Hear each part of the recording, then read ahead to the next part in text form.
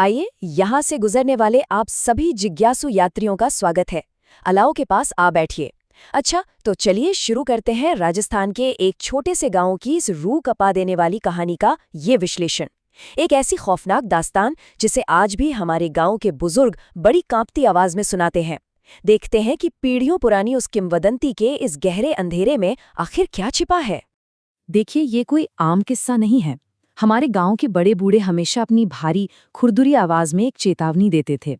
रात ढलने के बाद जो भी उस पुराने बंद कुएं के पास गया, वो कभी वापस नहीं आया।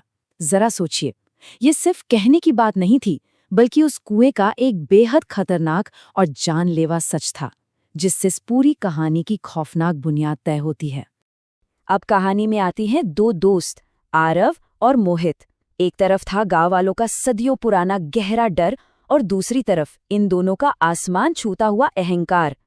ये दोनों इन पुरानी चेतावनियों को महज एक अंधविश्वास मानते थे। तो यहाँ सबसे अहम बात यह है कि जब स्थानीय मान्यताओं के सामने इंसान का अंधा अहंकार आ जाता है ना, तो अंजाम हमेशा खौफनाक ही होता है। उन्हें जरा भी अंदाजा नहीं था कि उनका ये अड़ियल रवैया उन्हें सीधे मौत के मुहाने पर ले जा रहा है। चलिए आपको बताते हैं कि उस मनहूस रात हालात कितनी तेजी से बिगड़े। रात के ठीक 10 बज रहे होंगे। घुप अंधेरा था। दोनों अपनी मोटरसाइकिल से लौट रहे थे कि अचानक सुनसान सड़क पर उनकी गाड़ी झटके से बंद हो गई। मुश्किल से कुछ ही मिनट बीते होंगे कि उस भारी सन्नाटे को चीरते हुए एक औरत की रोने की बेहद डरावनी आवाज गूंज उठी। और फिर उसी आवाज का पीछा करते करते वे ठीक उसी पुराने शापित और बंद कुएं तक जा पहुंचे। एक आम सा सफर पलक झपकते ही एक भयानक बुरे सपने में बदल चुका था। अब मैं आपको इसके पीछे का एक बहुत ही काला इतिहास बताता हूँ। आज से ठीक 20 साल पहले की बात है। एक औरत ने उसी कुएं में कूदकर अपनी जान दे दी थी। उसी दर्दनाक आत्महत्या ने उस कुएं के पानी और उसके आसपास की जमीन को हमेशा के लिए एक भयानक शाप से बांध दिया था। वो कोई मनगढ़ंत कहानी नहीं थी, बल्कि एक ऐसा दर्दनाक अतीत था जो उस रात अपने नए शिकार का इंतजार कर रहा था। अब जरा उस घुटन भरे तनाव की कल्पना कीजिए। माहौल इतना डरावना था, फिर भी मोहित ने पता नहीं क्या सोचकर अपनी मूर्खता में मोबाइल की फ्लैशलाइट जला दी और कुएं के अंदर झांकने लगा। आरव भी ठीक उसके पीछे ही था। उस घने अंधेरे में वो मोबाइल की छोटी सी रोशनी मानो सीधे मौत को बुलावा दे रही थी। और जैसे ही उन्होंने उस कुएं के अंदर झांका, और ये बात बिल्कुल साफ कर देती है कि वो सारी कहानियां 100% सच थीं।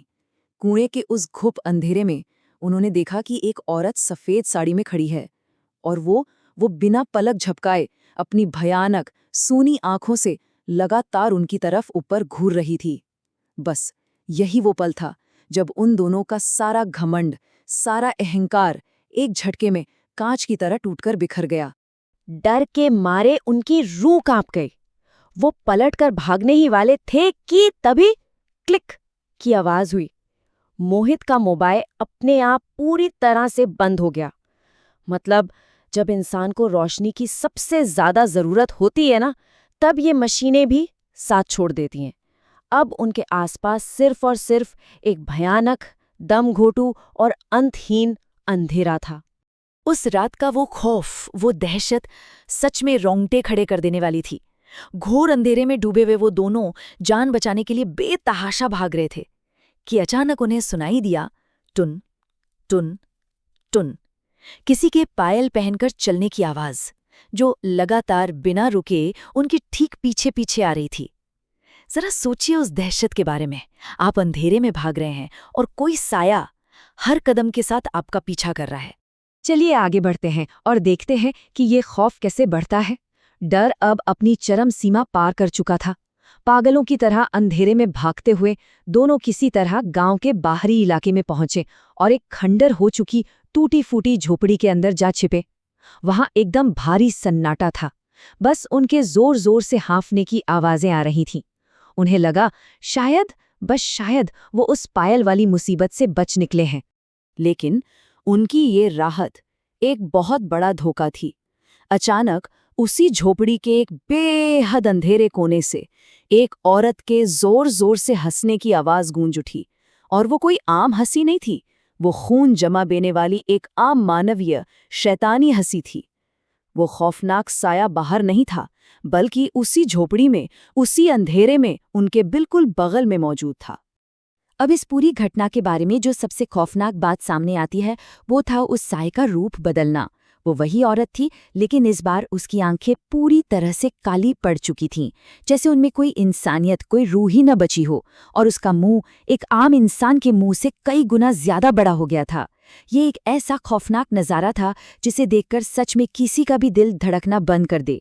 और फिर इस कहानी का सबसे भयानक पल आया।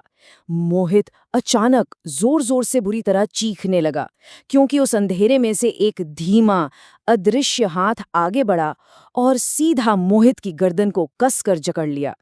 उस सूनी अंधेरी झोपड़ी में मोहित की वो आखिरी दर्दनाक चीख गूंजी, और उसके बाद एकदम मौत जैसी खामोशी छा गई।